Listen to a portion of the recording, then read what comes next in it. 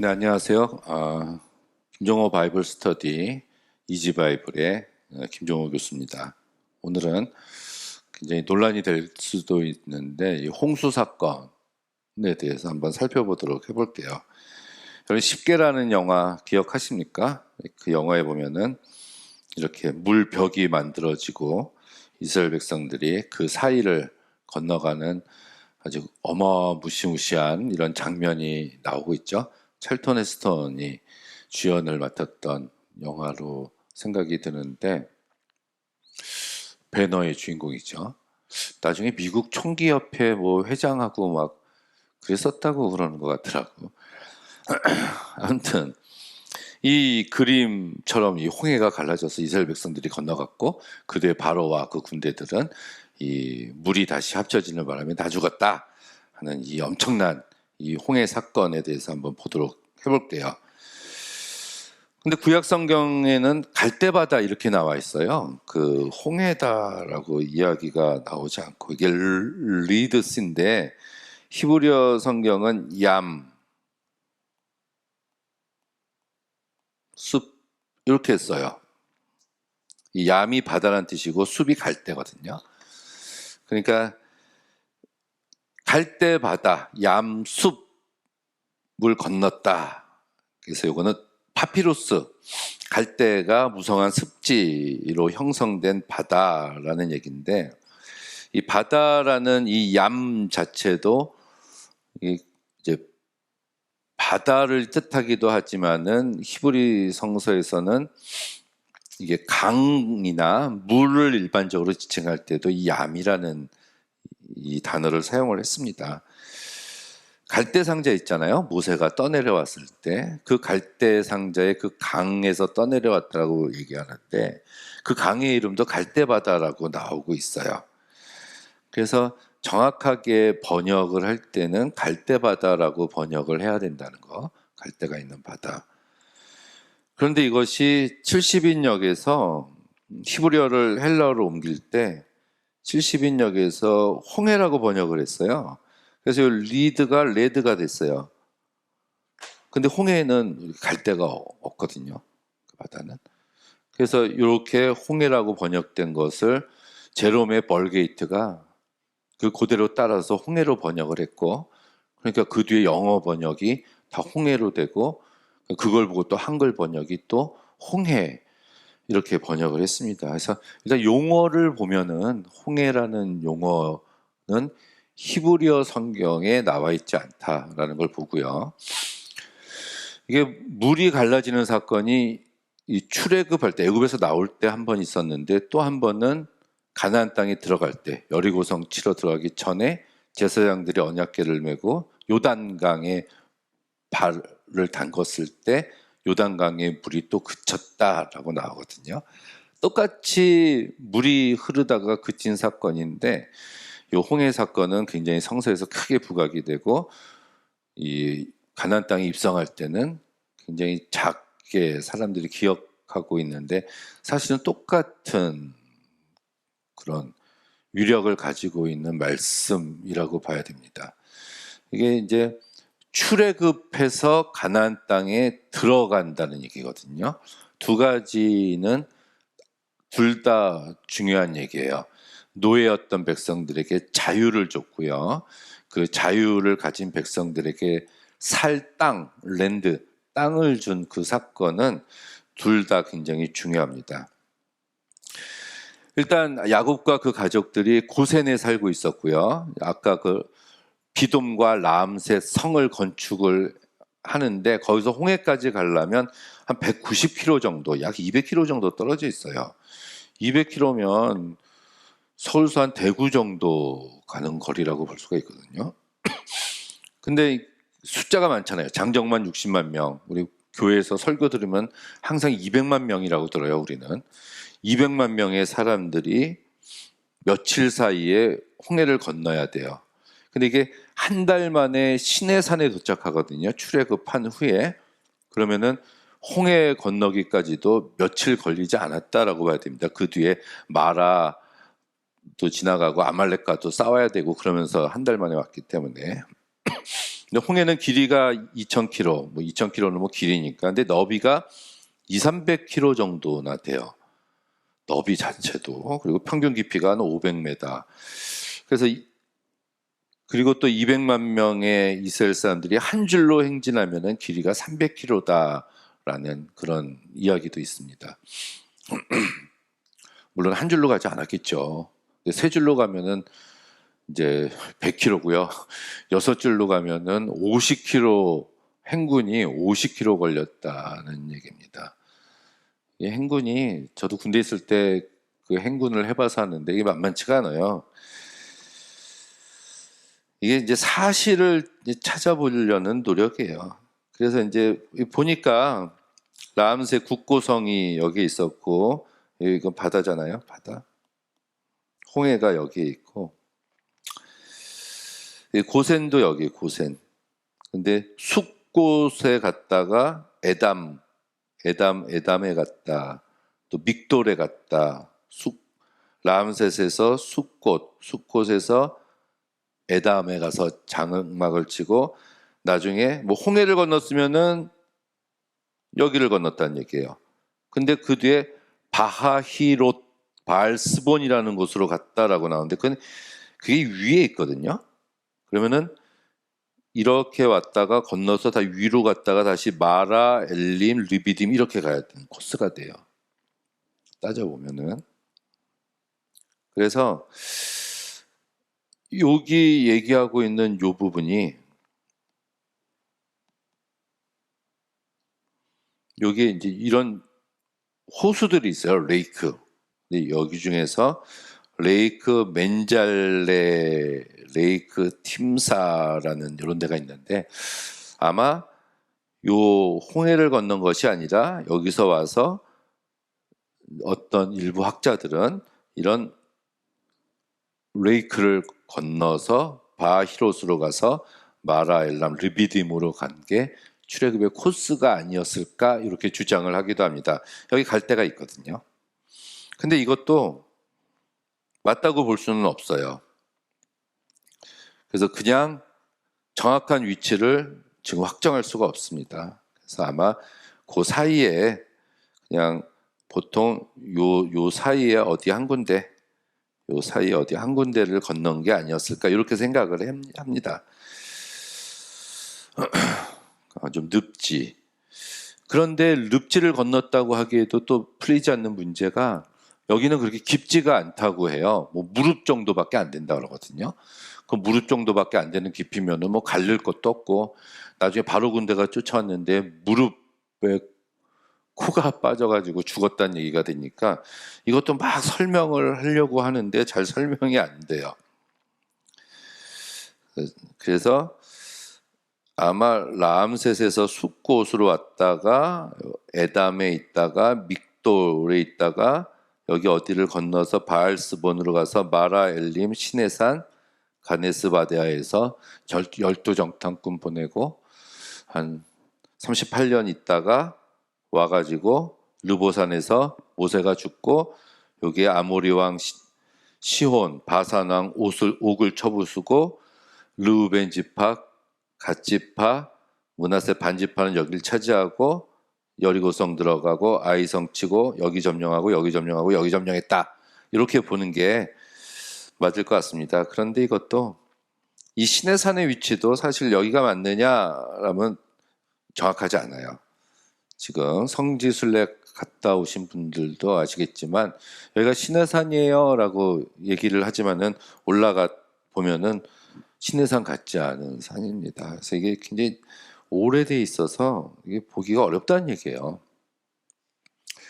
제가 지난번 강의 때도 말씀드렸지만 이게 요즘 2024년도에는 지명 이름이 아주 자세하게 나와 있잖아요. 또 이제 번지수에서 도로명으로 이름이 또 다 바뀌었는데 100년 전만 해도 우리나라에도 이런 지명 이름이 없었다니까요.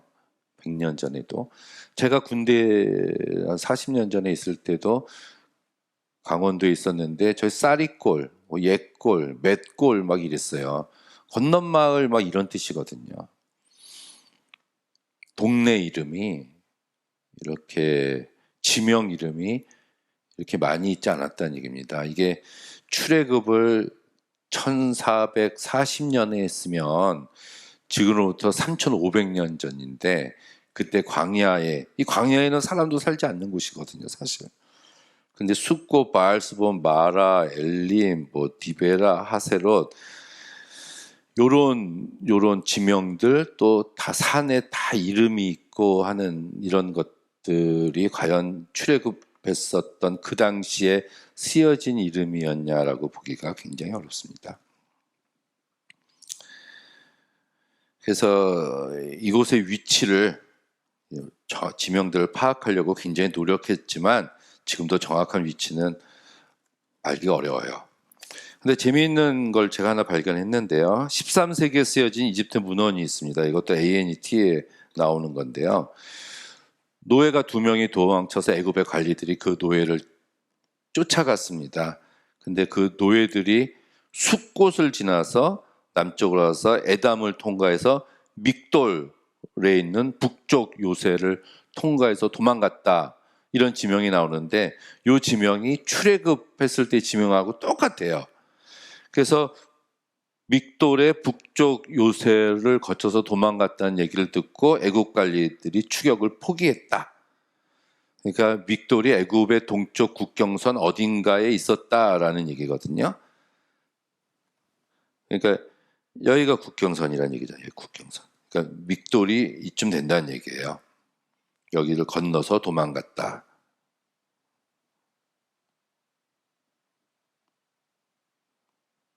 그런 얘기죠.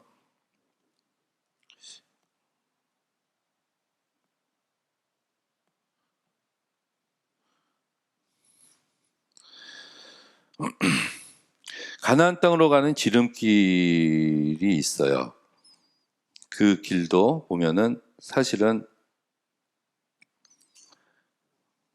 여기서 일로 가면 가나안 땅이잖아요. 그냥 가면 돼, 일로. 근데 일로 가지 않고 왜 밑으로 내려가서 이렇게 해서 갔느냐. 보면은 요 길은 이쪽에 이 위에 메소포타미아가 있었고, 여기가 이집트니까 메소포타미아랑 이집트랑 왕래하는 길들이 있었습니다.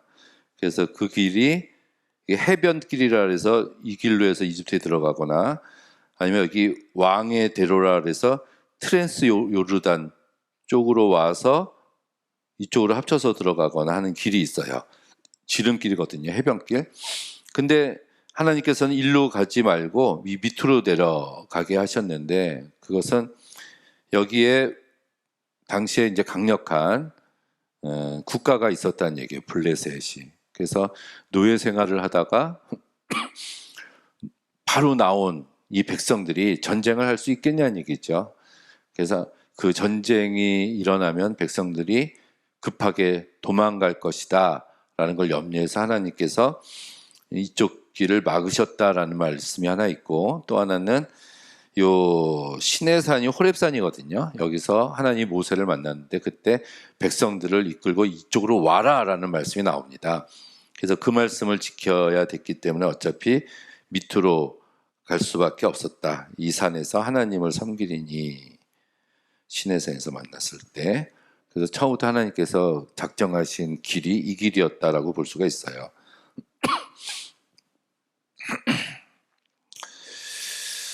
이 출애굽기 4장 21절 22절을 보니까 애굽 병사들이 막 쫓아왔을 때 여호와께서 큰 동풍이 밤새도록 바닷물을 물러가게 하셔서 마른 땅이 돼서 건너갔고, 새벽에 애굽 군대들이 바다로 들어왔다, 이 얘기예요. 그럼 이게 백성들이 갈 때 바다를 건넌 시간이 한 8시간 정도 200만 명이 건너가야 된다는 말씀이에요. 그러면 그러기엔 시간이 굉장히 촉박했다라는 거예요. 촉박했다. 요 말씀대로만 보자면. 그리고 얕은 바다는 아니었다. 왜냐하면 애굽 사람들이 다 죽었으니까. 이 홍해 사건도 10가지 재앙과 마찬가지로 이 기적의 사건을 보면서 백성이 여호와를 경외하고 여호와와 그 종 모세를 믿었더라. 그러니까 여호와를 알게 하려는 데 목적이 있었다. 출애굽 이야기의 절정인 이 바다를 건너는 사건은 이스라엘뿐만이 아니라 애굽도 여호와가 하나님이시라는 것을 알리려고 하는 것이었다. 이것의 방점을 우리가 찍어야 되지 않는가 이렇게 보여집니다. 자, 오늘날과 달리 이 성서의 저자들은 이 출애굽기를 기록한 성서의 저자들도 사건 하나하나가 디테일하게 어떻게 어떤 장소에서 어떤 배경을 가지고 역사적으로 일어났는지 정확하게 전달하려는데 관심 자체를 두지 않았어요. 그냥 하나님의 백성이 이해한 사건의 의미를 전달하고자 했습니다. 그래서 하나님의 백성이 그 사건이 전하는 이야기들을 어떻게 읽고 이해했느냐 하면서 그 이스라엘 백성들이 그 여러 가지 사건을 보고 체험하면서 그 사건의 참된 의미를 밝히고자 했다, 그런 얘기입니다. 항상 하나님을 소개할 때 이 뒤에 예언서도 그렇고 우리 역사서에도 나오면은 꼭 이 사건을 언급을 하세요. 내가 출애굽 시켜준 너희 하나님이 아니냐? 광야에서 너희들을 돌봤던 내가 아니냐? 이게 예언서에도 끊임없이 하나님이 자기 자신을 소개할 때 이 이야기들을 합니다. 그래서 성경 저자들의 사고방식이 우리와 다르다, 오늘날의 우리들과 다르다는 것을 우리가 인정을 해야 돼요. 이게 다름은 틀림이 아니라 그러잖아요. 이게 맞다, 우리가 맞고 그쪽이 틀리다, 그쪽이 맞고 우리가 틀리다라는 게 아니라 전달 방식 자체가 다르다라는 얘기예요. 그래서 믿음으로 읽어야 된다는 얘기고요. 특히 요 홍해 사건이 일어나는 요 14장과 15장 전체도 신앙을 증언하는 구절로 되어 있었다는 얘기예요. 그래서 이 홍해 바다를 건넌 사건은 이스라엘 백성이 하나님의 백성이라는 것을 아주 강하게 인식하게 만든 결정적인 사건이다. 그래서 이스라엘 역사 안에서 항상 이것을 가슴속 깊이 간직하게 되는, 그들의 신앙의 원천이 되는 사건으로 기억해야 된다는 얘기예요.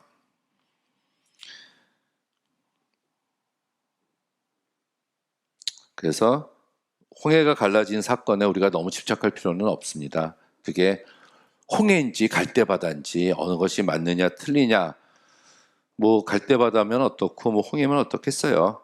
왜냐하면 하나님께서는 그 방법이 아니더라도 또 다른 방법으로 자기의 백성들을 구원하실 수도 있는 분이시기 때문에 그렇습니다. 그래서 신앙의 이야기이고 고대인의 언어로 쓰여졌다라고 우리가 봐야 돼요.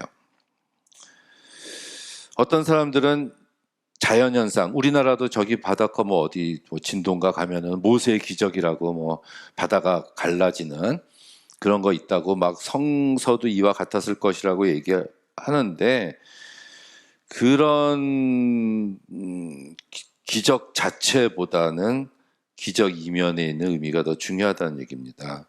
왜냐하면 객관적인 역사 보도가 아니기 때문에 그래요. 그래서 우리는 몰라요.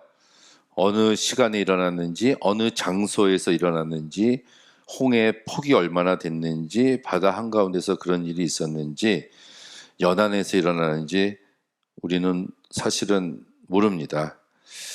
그래서 이것은 구원과 승리가 여호와께 있다. 하나님께서 승리를 쟁취해 주신다. 그래서 어떤 학자들은 후대에 피문서라고 보거든요. 피문서, 프리스트 문서, 문학화되었고 극적인 자료를 더 첨가해서 요 홍해 사건을 수정 보완했다라고 주장하는 학자들이 있습니다. 이게 독자들에게는, 문자적으로 이해하는 사람들에게는 굉장히 실망스러운 일이 될 수도 있어요. 하지만 우리가 중요한 것은 의미를 찾는 것이 중요하다는 얘기죠. 이게 우리나라에도 있습니다. 고구려를 건국한 주몽도, 주몽이 이제 막 달아나다가 엄수라는 바다에 이르게 돼요. 그래서 물 신에게 어떻게 하면 좋겠냐고 물으니까 물고기와 자라떼가 물 위에 떠서 다리를 만들어줘서 주몽을 건너가게 하고 주몽이 건너가자 다리를 풀어서 쫓아오는 기병들이 건널 수 없었다. 제가 뭐 성서 이야기를 고주몽 이야기, 삼국유사에 나오는 이야기로 제가 급을 낮춰서 어떤 있을 수 없었던 이야기, 뭐 신화적인 이야기라고 이야기하고 있는 것이 아닙니다. 이렇게 하늘의 뜻을 이룬 사람은 이런 신기한 경로를 통해서 살아남는다. 이런 것들이 어떤 고대 언어예요. 근데 고주몽이 된 이때는 고주몽이 고구려를 건국한 게 BC 37년이거든요. 예수님 시대 때 살았던 사람이 주몽이에요. 고주몽.